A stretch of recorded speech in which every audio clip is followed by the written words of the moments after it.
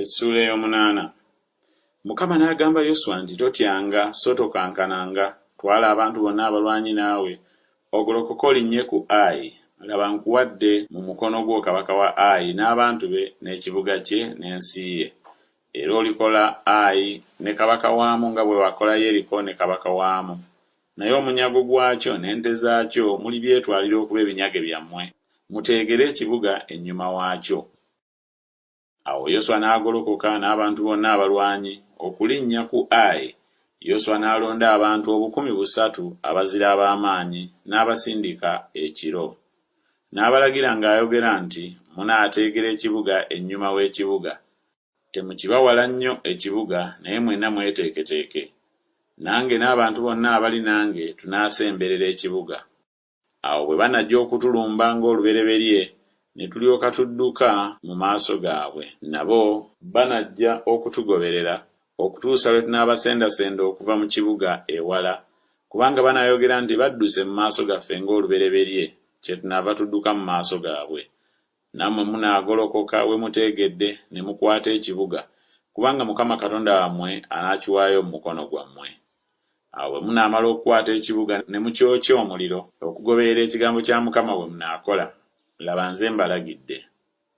Yoswa n'abasindika ne bagenda we banaateegera, ne babeera wakati wa Neseri ne Ayi ku luuyi olw'ebugwanjuba olw'e Ayi. Naye Yoswa n'asula ekiro ekyo mu bantu. Yoswa n'akeera enkya n'agolokoka n'akuŋŋaanya abantu n'alinnya ye n'abakadde ba Isirayiri mu maaso g'abantu ne bagenda e Ayi. Abantu bonna abalwanyi abaali naye ne balinnya ne basembera ne batuuka ekibuga we kiraba. Ne basimba olusiisira ku luuyi olw'obukiika obwa kkono olw'e Ayi, era waaliwo ekiwonvu wakati we ne Ayi. N'atwala abantu nga 50,000 n'abateekateeka okuteega wakati wa Baseri ne Ayi ku luuyi olw'ebugwanjuba olw'ekibuga. Bwe batyo bwe baateekateeka abantu, eggye lyonna eryali ku bukiika obwa kkono obw'ekibuga, era n'abateezi baabwe abaali ebugwanjuba obw'ekibuga. Yoswa n'agenda ekiro ekyo wakati mu kiwonvu. Awo lwatuuka kabaka we Ayi we yakiraba ne banguwa ne bagolokoka enkya n'abantu ab'omu kibuga ne bajja ku Bayisirayiri okulwana, ye n'abantu be bonna, mu kiseera ekiragiddwa mu maaso ga Alaba. Naye teyamanya nga waliwo abamuteeze ennyuma w'ekibuga. Yoswa n'Abayisirayiri bonna ne beefuula ng'abagobeddwa mu maaso gaabwe, ne baddukira mu kkubo ery'eddungu. N'abantu bonna abaali mu kibuga ne bakuŋŋaanyizibwa okubagoberera, ne bagoba Yoswa ne basendebwasendebwa okuva mu kibuga ewala. Ne mutasigala muntu mu Ayi newaakubadde mu Beseri atazze kugoba Isirayiri. Ne baleka ekibuga nga kigguliddwawo ne bagoba Isirayiri.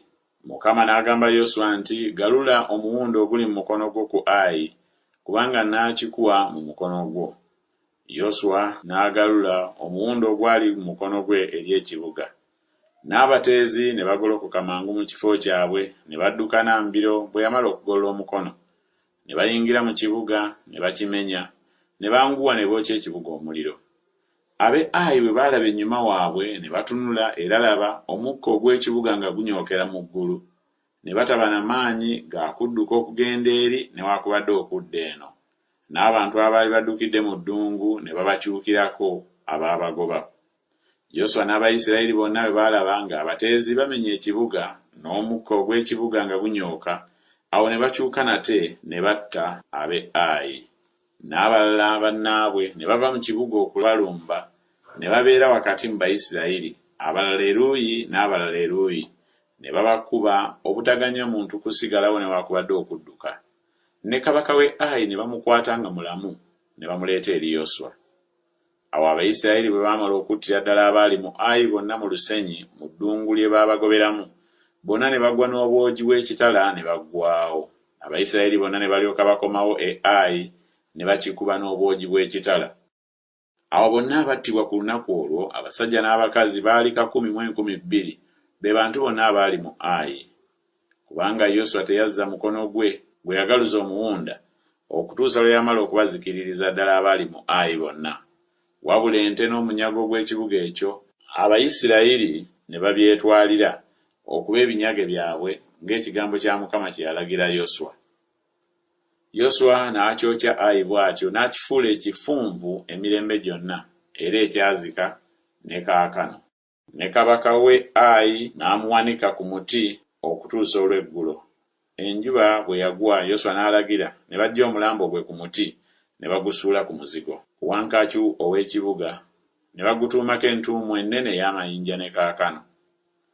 Awo Yoswa n'alyoka azimbira Mukama ekyoto, Katonda wa Isirayiri, ku lusozi Ebali, nga Musa omuweereza wa Mukama bwe yabalagira abaana ba Isirayiri, nga bwe kyawandiikibwa mu kitabo eky'amateeka ga Musa, ekyoto eky'amayinja amalamba, omuntu g'atassaako kyuma kyonna. Ne bakiweerako ebiweebwayo ebyokebwa eri Mukama, ne bamuleetera ebiweebwayo olw'emirembe. N'awandiikawo ku mayinja amateeka ga Musa ge yawandiika mu maaso g'abaana ba Isirayiri. N'Abayisirayiri bonna n'abakadde baabwe n'abaami n'abalamuzi baabwe ne bayimirira eruuyi n'eruuyi ez'essanduuko mu maaso g'abakabona Abaleevi abaasitula essanduuko ey'endagaano ya Mukama. Si nzaalwa bokka, naye ne bannaggwanga ekitundu kyabwe kimu olusozi Gerizimu gye lusimba, n'ekitundu kyabwe ekirala olusozi Ebali gye lusimba, nga Musa omuweereza wa Mukama bwe yalagira, basookenga okusabira omukisa abantu ba Isirayiri. Oluvannyuma n'asoma ebigambo byonna eby'amateeka, omukisa n'okukolimira, nga byonna bwe biri ebyawandiikibwa mu kitabo eky'amateeka. Tewali kigambo mu byonna Musa bye yalagira Yoswa ky'ataasoma mu maaso ag'ekkuŋŋaaniro lyonna erya Isirayiri, n'abakazi n'abaana abato ne bannaggwanga abaatambulanga mu bo.